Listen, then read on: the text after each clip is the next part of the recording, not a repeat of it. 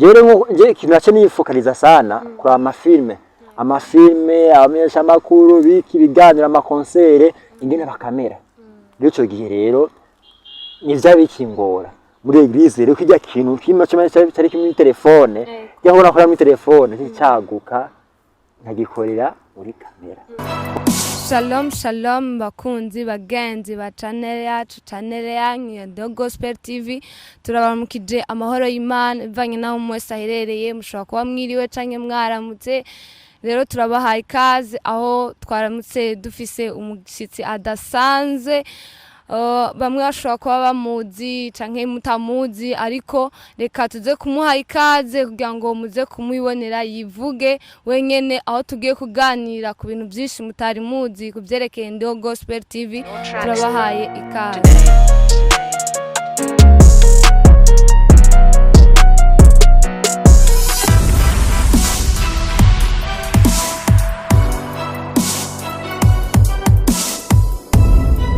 Turabakiriye. Yego ndashima Imana kandi ndabaramukije mwese, amahoro y'Imana kuri mwebwe ariko akadukurikirana muri channel yacu The Gospel TV. Nitwa Matene Pasya. Yego kandi ndishime kandi kubuno butumire bwanyu.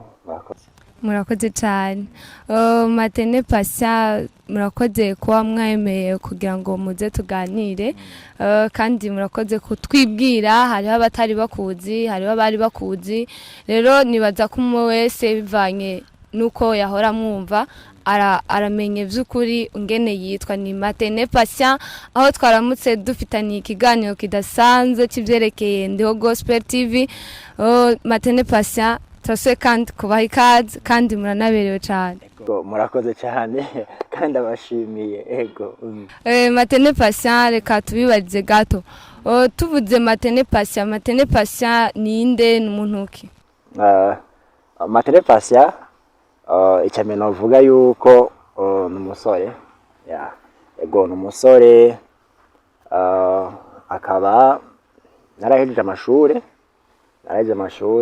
ayisumbuye, diplome, université byose narahejeje. Nkaba nkijijwe kandi rero ubuzi nkora sanzwe nkora ibintu bya mediatique, videography.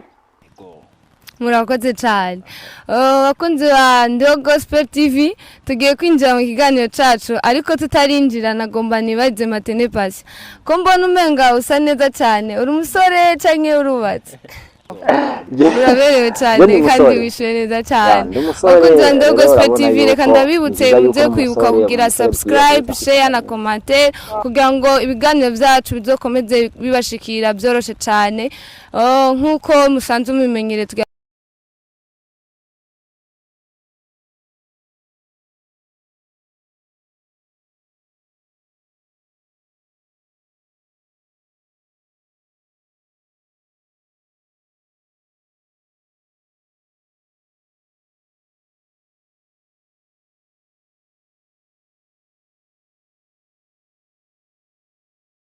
twinjire mu kiganiro nyezina, aho tugiye kumenya vy'ukuri The Gospel TV aho yavuye niyo yazananye. Matene Pasya, reka tukwibarize gato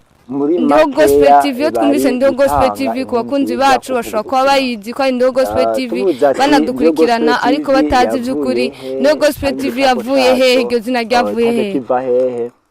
The Gospel TV tuyisaba mu gitabo cyo kuvayo icya gatatu umurongo wa 14.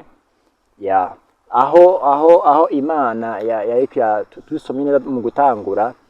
ni Imana yakituma Mose igende ikure abana bayo mu cy'ubunyaganya mu gihugu cya Egiputa. Rero uko Mose yari muri bamwe yahunze muri Egiputa, ariko Imana uko mucyo gihe kera barize bigwamana, ariko Imana icibwira Mose ati Mose, genda mu gihugu unkurire bajya abantu ubatware mu gihugu cy'isezerano nzo nakubwiye cyane nzo kubwira. Rero Mose rero yari abaje Imana, mbega nibambaza ati ninde antumye, none kukwera ko mu gice Egiputa basingirwa Imana, ati mbega nibambaza ati ninde yantumye. rero Imana yacu mu jambo ndababwire yuko nduwo ndiwe agutumye. Rero ivuga ati nduwo ndiwe ni ndiho kandi nzokwamaho. Umva avuga ati ni Imana iriho ari yagutumye. Nayindi jambo Imana yavuze. Wabwiryo jambo ryo gusa ko ari ndiho anumye. Rero niho ryavuye ati iyo tuze ko ari ndiho Gospel TV sigaye yuko ni ndiho ni Imana y'ubutumwa bwiza ya biciye muri channel biciye mu mbuga ngurukana bumenyi za Facebook biciye muri WhatsApp biciye muri YouTube bwati reka ya mana dusenga tutabona reka tuyishire mu ntaye z'abantu reka tuyishire mu bikorwa by'abantu bakora tuvuge nk'uvuga ijambo ry'Imana reka ya mana nyene tutarabona reka tuyishire mu bigaragara nko umuntu ashaka gushigira inaya kuvyamubayeko umuntu ashaka kukubwiriza ubutumwa Imana yamuhishuriye canke yamubwiye canke harandi mateka Imana ishobora gushira mu gihugu canke mu bantu bayo avuga ati yeka ya mana nyene aba ariyo tugaragaza biciye mu gukoresha ivyuma amakamera ibiki gushira muri rezo sociaux niho rero ndiho Gospel TV yaturutse niyo yavuye kugira ngo ishobore gushika hano kugira ngo niyo mpamvu yayo ndiho Gospel TV muyibona ngaha abantu benshi bakurikirana abariho bose bayibona niyo objectif ya ndiho Gospel TV ni kugaragaza ubutumwa bwose ingabirano zose ikintu cyose cyitwa ko cyo present Imana hano ku isi niyo ndiho Gospel TV objectif yayo.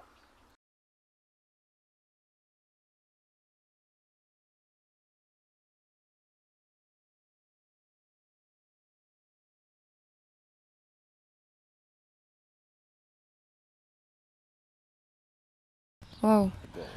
None Matene Patient tubibaze gato. Uravuze uko ndiho Gospel TV yavuye kugira ngo twamamaze inkuru nziza biciye muri ndiho Gospel TV. N'ubu dufate ari umuntu ashaka kuvuga ubutumwa kuririmba donc acarondera mwebwe. Ishoboka yuko ari nk'ikirukana kashaka kwamamaza vraiment habara amanimero muri channel ya YouTube muri Facebook habara nimero cyanye muri bamwe muri twebwe asha kuba barangaza haba technician shanga bazwi n'abandi usha kuzi n'abandi wewe n'ifisa abandi bakanyandikira ngiriki tukaganira ko deja mu directeur kuvyerekeye programme y'ibikorwa byose igiwe mbane ko ndabimenya munyati nimeze gute. Murakoze cyane kuduha umuco. None Matene Patient tubibarize ko mbona umengo uracari muto uracafise imyaka y'abajene uno munsi benshi aribyo usanga bamwe bereye muri ibi nibindi ariko ndumva waragira ubuntu bwo kumenya ukuri kw'ijambo ijambo rivuga ku buzima bwawe. None tubibarize gato bivanye nuko umuntu araba umuntu ngene abangana umengo uracari muto. None icyo cyumviro canke iyo vision yakujemo ryari? Jewe mu buto bwanje aho ngeze ndashaka kuvuga buto bwanje ko bwabayeho ko bwabayeho jewe kuva kera jewe ndi umuntu navugira yuko fise ibintu byinshi singabino nyinshi cyane gose kandi ndi umuntu nkunda kugira ibintu byo bita ubushakashatsi ndi mu bushakashatsi ibintu bikanaka rero n'umuntu kenshi mu buto bwanje nawe ko mfite telefone urumva telefone telefone ka techno butoya bwa limitere bwande aho telefone bwiza gusohoka bwose appareil wasanga niko ndafata to video duki just ibintu bya video muri jewe byari bindimwo urumva byari bindimwo kuva kera mfite nanga telefone wasanga nafashe nk'akantu gateka gakoze gute akantu ngafata nyene akabika ariko rero ntabikora komeye umenye gusa ko ndabikunda ariko sanzi yuko umunsi kanaka doshobora gufata kamera nkafata kamera niniya nkafata umuntu interview canke nanje nkashobora guhagarara muri mwanya ukambaza nkabandi imbere ya kamera ibyo nta gicapu nari ndabifitiye gusa narabikunda burya Imana yarabe cyo ufise nicyo ukunda kugira ngo gushikane aho Imana igomba kugushikana ko Imana imbere yo kugushikana aho ugomba ibanza kwanza kuraba basique yawe irivuga ati mbege mu namwe gino kintu mbega imeze gute azabishazo gishobora rero nuko je harageze aho vuga ati ndi muri eglise iyo ngeze kuva muri eglise bona yuko ndose opportunity bwati none ko mwigeze ko arimba bene ibi ariko biteko birapasa uko muri business kamata dufise urumva tubigende gute nje kandi ka telefone nikizi kamvamwo na myaka myinshi yaciye ari myaka mikeya ni myaka 5 yaciye none ibi birapasa byose nta kamera bihari bati ndabona yuko hari umukozi w'Imana muri Rinzi wageze mbari muri Amerika ari muri Belgique yafite telefone ya Samsung nziza bati yo Samsung yawe ntoyizana ndakwereka hano nikorera fata tuno tu video yo muri Samsung we fata ndakreamwo Facebook ya page Eglise nje nayike ya page Eglise ndayikeya maze kuyikeya fugati ino page nyene nzonashamwo live Suga ko live mashora gukora live musa makamera 5 6 ake nuko atangiye live ya telefone rero burya Imana iraraba burya Imana ko nkora ikintu kimwe nuko inyongeza bundi bwenge bw'ikindi kintu urumva ndafata vuga ati ndakrea page ndabona harageza kana nari muri gushika naho ibya mode uririnzi imvamwo ati buri kiri kunda tuko turaririmba hamwe n'ibintu tuko birapasa ibintu by'amateka bene turaririmba mpesa meze neza tuko birapasa rero ukusanga naka gatimba gendo kamere vanga kamere rero kubwize rero byarankundiye vema no gusezerana no maririmbyi datari n'inkuru bazi bamba ndi imbere yawe ndabafata ama video bakabona utu video tudani muri Facebook nagira live yakera ubutumwa nagira live muri Facebook weze ngacamupa byaranduhisha ariko ko nabikunda sinacitse intege ariko ibintu byangindi birabandanya Imana ingene Imana vema no kuri Imana wikunza ukayubaha vema no kuri hari ikindi kintu wiyongera Imana ikunze umutima wawe wose hayindi nyongera uronka urumva burya narakunda Imana vema ndacakunda Imana uko Imana ndayizera muri byinshi muri bikeya byanje vema no kuri nibikeya ariko ibindi byose ni nyongera y'Imana rero kubw'ibyo rero harageze aho mu misi heze umuntu araho muri eglise aho nafata tu video ati mbego uyo muntu inama kamereza genda gute nafata video ngaye kora muri telefone papa gacha postinga muri YouTube telefone yico gihe pastor yagize bakora ngo telefone ya Samsung nziza vraiment gifashe video nkuko gati vraiment yego kabisa gusa byaraboneka umuntu azimye by'amakarite yabona ko ari telefone ariko atabize ugati ifite imeze neza vraiment yavuga ati mbego uyo muntu ni namuforma nkamweza kamera bizogenda gute kandi uwo muntu ubu niwe ari CEO wa Ndiho Gospel TV Bro iyo mu nyuma yaho ndabona umunsi umwe twageze evenement niniya bonazimye kamera yumva iyo kamera nari ngwa avuga ati Mana one day ni kamera twa Sony ati Mana one day bya muso umwe nzokora rya kamera nzoyikorako nafise kubona nginda mu bitaramo bitandukanye mu evenement none rya kamera nkakubona nk'Imana cyane kibereye ngaho avuga ati muso umwe nzogikoreko nikibonesha amaso gusa uko nyene ariko asha naje mbona ambya ati Opasia ubu rero tujya dukeye media urumva kandi rero turatanguye nabirefu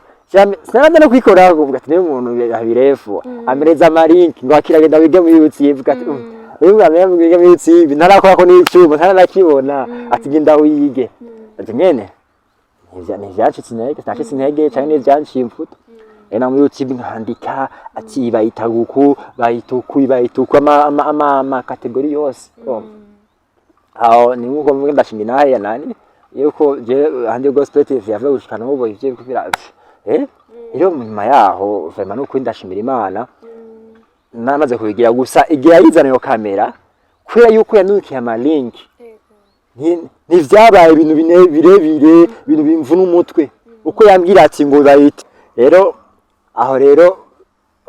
maze kuronka ubu muntu ambye amaze kunyama tutoriel igihe kiraho rero ambwira ati avuga ati no munsi turabonana arazana kamera vraiment kamera navuga yuko je kamera umunsi nzo yikoreko niyo yazanye urumva yanzi yuko ari wundi basazana kamera gato ko kutwigishirizako ariko yazizanye kamera nini rero kamera mu kwifata nk'uko vraiment ivyo yambwira vyose uko tutoriere yamaze kumaze narayihejeje vraiment ivyo yambwira ikintu kabiri gatatu direct rero ikintu cyaje kinsova gusumba ikindi nuko je nafashe rya kamera ambiye ati nuko bitwa amakadrage rero ikintu cyambwira ati rero nje ikintu cyaje nifokaliza sana kuri amafilme abamenyesha makuru biki biganira amakonsere ingene bakamera rero cyo gihe rero nivya bikingora muri eglise rero kijya kintu kimwe cyari kimwe telefone yahora kora muri telefone cyaguka nkagikorera muri kamera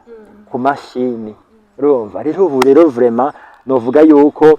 iyo aho niyo vyavuye kugeza avuga ati ndabona yuko amakadrage subizi meze neza gute Diogo Spirit TV urumva niwe yavuga ati reka rero dugire Diogo Spirit TV dukrege Diogo Spirit TV tuvuga ubutumwa nibere muri eglise gusa reka tuje hanze dukora ikintu dukora umuti rero aho babonye Diogo Spirit TV bavuga yuko araho aho ngeze ubu abo barambona bose abari bose vraiment nuko bimeze ubu kandi abikengurukiye Imana murakoze cyane ego urambwiye ngene ico cyumviro cakujemwo ngene byatanguye ni byiza kandi ndumva ko bakunzi ba Diogo Spirit TV burya Imana ihezagira imirimo y'amaboko yacu nutahaguruka ngo ukore ibyawe nibizotera imbere Matene Patient turumvise ingene byatanguye none kugira uyishinge itangure gukora uyita iryo zina rya Diogo Spirit TV yatanguye ryari kuvuga ati kwita izina Diogo Spirit TV sije nayise deja ico yari waseo no afite vision yari vision ya SEO amenye ku izina rya The Nice Electronic ariko ku mazina yose yitwa Celestin Nduwimana yatanguye neza na neza muri 2021 muri 2021 ko ni byari byoroshe kugira un site byari byoroshe ko ari bya mbere ugiyemwo rero ko narimenye ivyo muri eglise uhagaranga ukagira ane byari byoroshe ko yatangiye muri 2021 n'imvi ati mbega bimeze gute ariko je ko kiye kinagikunda kandi ikindi naco cyatuma yuko ntatinya nuko jewe tambe narakundi twa kamera nakunda kamera nakunda kumva yuko ndakoresha kamera nico cyambere cyatuma yuko ntagiye ubwoba kuja muri tele uko arabandi bavuga ati mwe bitere nzagufata iki nzagutangura gute nzagirane no ariko ico gihe naragiye turi babiri jewe hamwe na SEO turajana muri tele ico gendebuka ikintu twatanguye cyambere yari tele ya mbere twatanguye ko yari Pamoja Festival vraiment n'ibyari byoroshe ariko narageze ko nshoboye kose donke bonne qualité ya image donke ico naje kurondera ndakironka rero tangiye muri 2021 kugeza aho igeze muri 2024 ariyo ouverture ya 2024 dutanguye ndazi ko abantu benshi bameze nk'ukwezi kose teruka muri December ukwezi kose batarabona ikintu cyose kije muri Diogo Spirit TV rero ya ouverture ya 2024 kugira ngo ibindi bikorwa byose bibandanye ego rero ntiyatanguye turi kumwe na SEO ahibere ngabo asha vraiment ikese tumukeneye ariko deja niwe ari kumwe natwe mukuru umwanya ni jewe urumva ni jewe kabisa hamwe n'Imana imbe Imana amajewe rero ini ouverture ya 2024 murakoze cyane Matene Patient ariko reka ndabibarize gato ko urambwiye yuko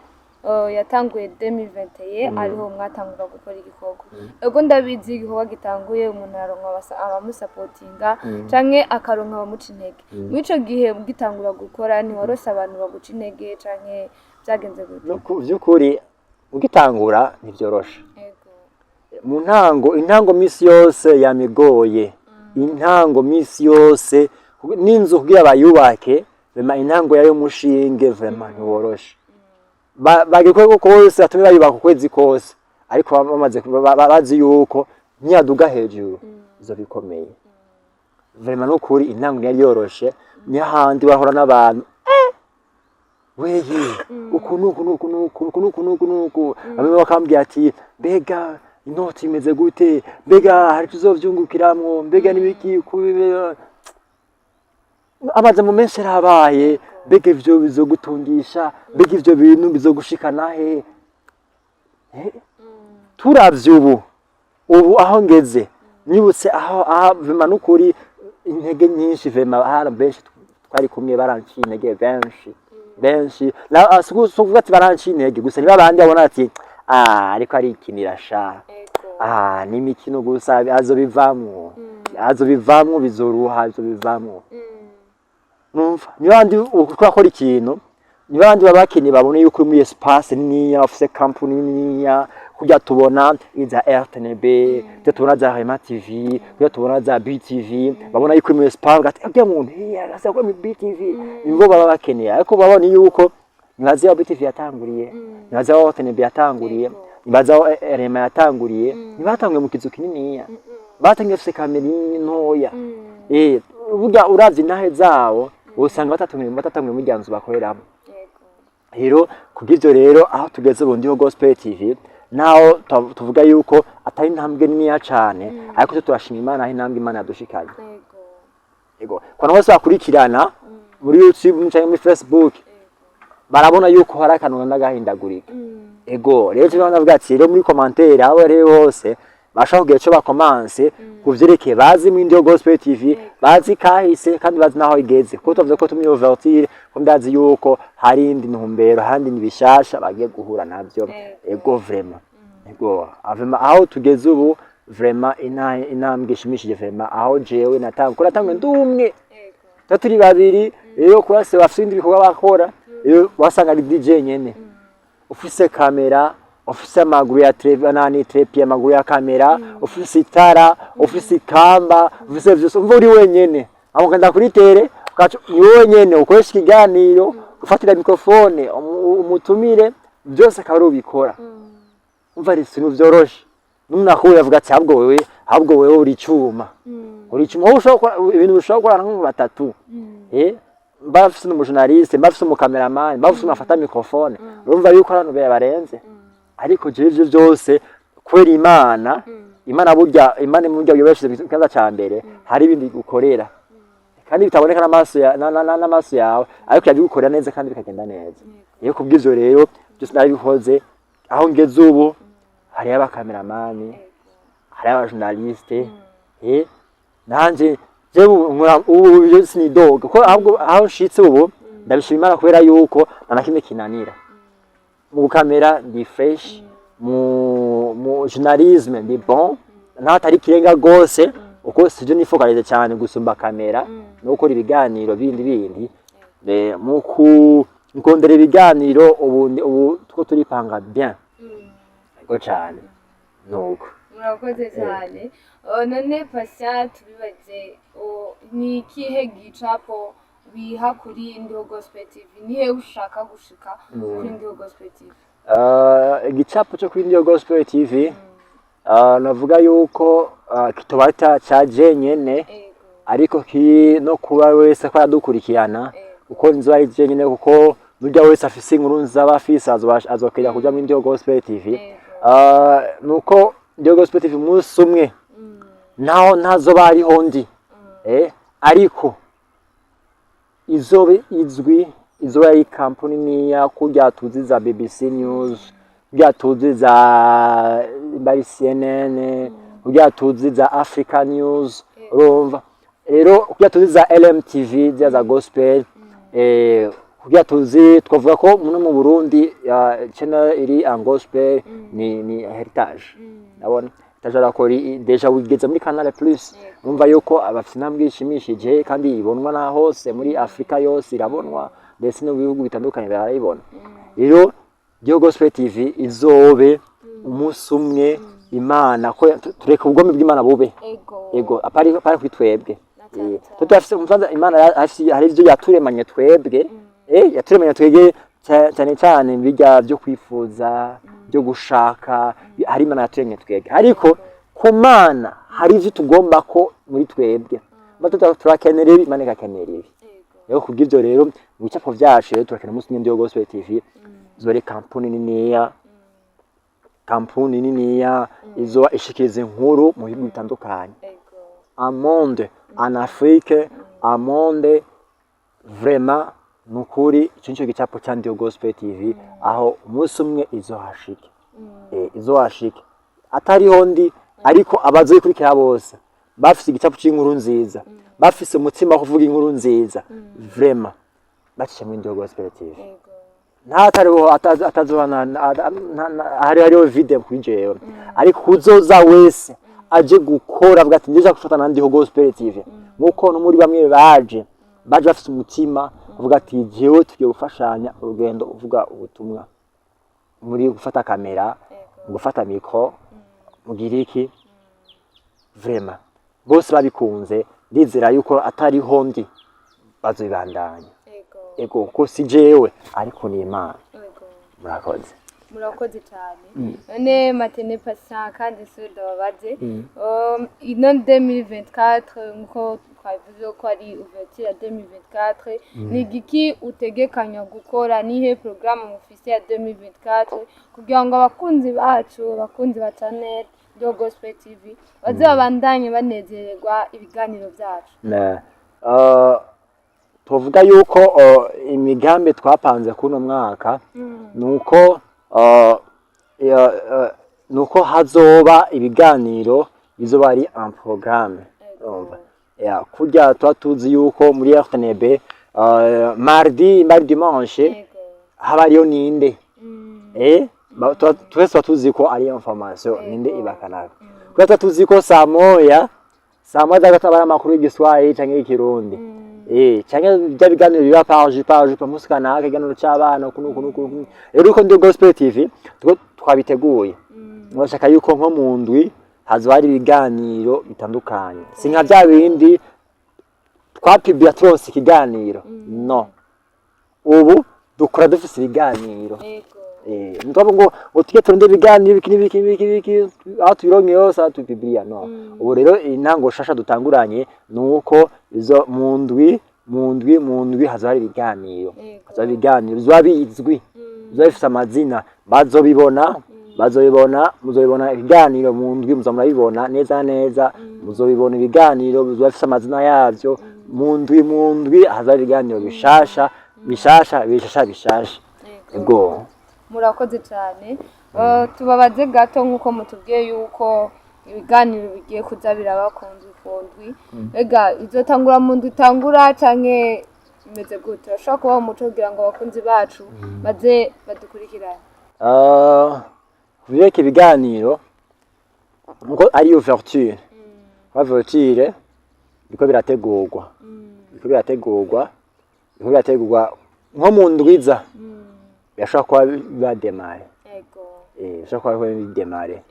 biko birategurwa nshaka gupreciza ko ati ni kanaka gusa ico nzi neza nuko mu ndwiza ishobora demarage ibiganiro ego nuko nico kintu gishasha tuzanye mu Ndio Gospel TV kitameze nico uheruka twadukora ubuzo dukora ibiganiro bizwi ego mwakoze cyane Matene Patient turabashimiye cyane ukuntu mwatwitavye mu kiganiro cacu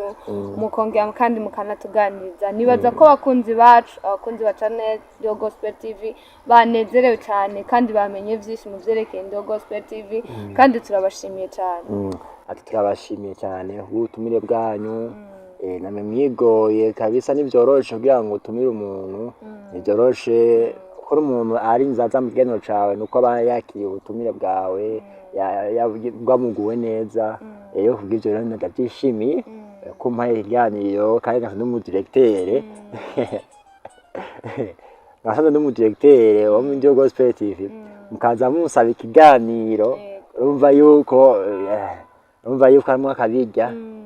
ko ndabyishimiye mwashimiye yuko mubana nanje ari ndabyishimiye ko mubanye namwe kandi nako adukurikirana ndabishimiye ko bazakunkurikirana ndabishimiye kandi ndabakunda gose murakoze cyane Matene Patient. None Matene Patient ni igiki ubwiye abakunzi bacu, abakunzi banyu,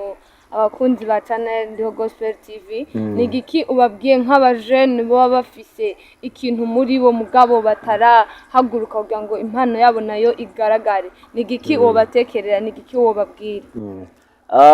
Ijambo navuga ati ko ndaheraheza mu kubwira abakora dukurikirana cyane cyane nko gwaruka bari musi yanje cyangwa bari hejuru yanje, nuko bategeza kumenya neza na neza mbega ntibiki bakunda. Ugira umenye impano yawe tuzakumenya icyo ukunda. Ushobora ukunda kubera yuko muramenye icyo ukunda, ukamenya icyo ukunda n'icyo wanga. Aho kenshi mu buzima bw'iterambere umenya ibyo ukunda kugira ngo ushike mu ntumbero yawe. Iyo kubw'ivyo rero ni kumenya ingabirano ya mbere ni yahe, mbega ingabirano yanje nzoshika washaka gutabona yuko uraja ariko ufite icyo ukunda ukagikora neza n'umutima wose, harakabijya uronka ntawe utebona muri uwo mwanya. nuko n'igiti ukibonye nuko gitatanguriye hejuru, gitangurira mu kuzimu. Tangura mu kuzimu bw'ibyo uzokibona kiri hejuru. Ubonye umwembe uhiye nibaze ngo uko bya mwembe nyine gutera igiti yizera yuko mu minsi 2 azabona abanye umwembe. Oya avuga ati munsi n'umunsi nzojya umwembe. Rero bw'ivyo rero ku bantu bose kadukurikirana zitwa abajene icyambere nuko mukunda ibikorwa. Icyambere kunda ibikorwa, ntube imbokomboko, ntuweke amaboko yawe ushe mu mufuko. Kora icyo ushoboye cyose gikore, uko kimeze kose gikore, kiguhemba kitaguhemba gikore, ariko ndazi impera n'imperuka uzoronka umusaruro uko nifa kwizana. Kora icyo ushoboye, kandi rero mu gukora kwawe ntuzokore kubera gutumye. Wenyine ibwire ikintu ubona yuko ugikoze cyuzana ingaruka nziza. Kora ikintu uzi yuko ninagikora ndazi ko uzokibona wese azoryoherwa, nutakiryoherewe basi ndakiryoherewe uko ndovuga yuko narakoze ikintu. Uko ari abantu badashaka kubona agaciro kawe no munsi bazokabona batakikubona babona bya bikorwa byawe gusa. Tubiravye nk'ako gasore no munsi turacashingira naye ukwikukira kw'abarundi si hari yarapfuye yaritavye Imana, ariko irya jambo kijya kugwa yakoze cyo kwikukira kugeza no munsi turacayibayemo. Rero bisigura yuko hari ibindi bintu ukiriho abantu bakwirengagiza, ariko utakiriho babona agaciro kawe. Niyo mpamvu rero kumwe wese umujene wese wonsumba n'usumba ico duhanire gukora, dukore dukunde ibikorwa, tutabitse amaboko yacu mu mufuko, tutifumbatiye, dukore dushoboye ko ndazi yuko Imana yagushize hano ku isi irafise imigambi yaguteguriye. Uko ijambo ry'Imana rivuga ati yabwiye Yeremiya ati ngo narakumbira mu nda yande ngo nari ndakuzi. Bisigura yuko mba uri ku isi Imana yafite ko umugambi. Iyo mugambi ntushobora gushika wenyine utarerekana yuko ushoboye, utarambara inkweto zawe, wambara ikirato cyabona yuko ushoboye kwiruka. Paulo yarabivuze neza ngo ndiruka siganwa, urumva, ariko siniruka nk'udafise yaja. Paulo yarabivuze neza. Rero bisigura yuko mu byo dukora byose tubikore mu neza, ku neza yawe, ku neza y'abakwegereye, ku neza y'igihugu. Rero ku bajene bariko barangurikirana, ntuzorabe situation imwe yose, ariko raba icyo urakora yuko kizana ingaruka nziza kuri wewe no kuba kwegereye no kuba ariko kuraba. Kuko abantu deje kamera ya mbere n'abantu, kamera ya mbere si icuma n'abantu. Aho ndi ubu hari abantu banyegereye ngaha espacement bariko barandaba. Rero kamera niyo tuvuga ko ari ya kabiri. Rero kubw'ivyo rero umujene wese ariko arankurikirana vraiment turi kumwe twese, cyo kivugo cyo mu gihugu turi kumwe twese bigirane birashoboka. jewe nawe twafatana hamwe cyumviro cyane cy'iwanje tukabisha mu bikorwa tuba ikintu kimwe iyo imba turi kumwe imba wo uri mu journaliste muri Ndiyo Gospel TV hakaba ari mu cameraman muri Ndiyo Gospel TV kugira ngo kiregera bizo gupasa hariya nuko twese twabaye kumwe turaganira byashoboka ubu rero azokurikirana rero nuko rero turi kumwe twese byashoboka amina Ndiyo Gospel TV ikiganiro cyacu cy'uno munsi kirangirire hano wari karabashikiza ikiganiro akaba yari Shadia mu impundu turabahaye ikaze kandi gusa kandi kuzodukurikirana muri iyo nditangura mwumvise ko ibiganiro byacu bigiye kugaragara ari byinshi cyane aho bizogenda bikurikirana turabahaye ikaze mugira partage kugira ngo bagenzi banyu ufise inahe ufise ijambo ufise kugira ngo indirimbo yiwe izotera imbere canke kugira ngo avuge icyumviro ciwiwe murahawe ikaze hari nimero ya telefone kuri YouTube Facebook mashaka kuyitora mukatwandikira ufise icyo ushaka guterera canke ikibazo ushaka kubaza urashaka kutwandikira hano twagiriwe n'ubuntu directeur wacu akaba ari hano hantu muri kino kibanza niwe uyu nguyu mwahora mushaka kuba mumubona mutari mumuzi ariko mukumwandikira kwanyu azobishura mwarahezagiwe cyane. Ego.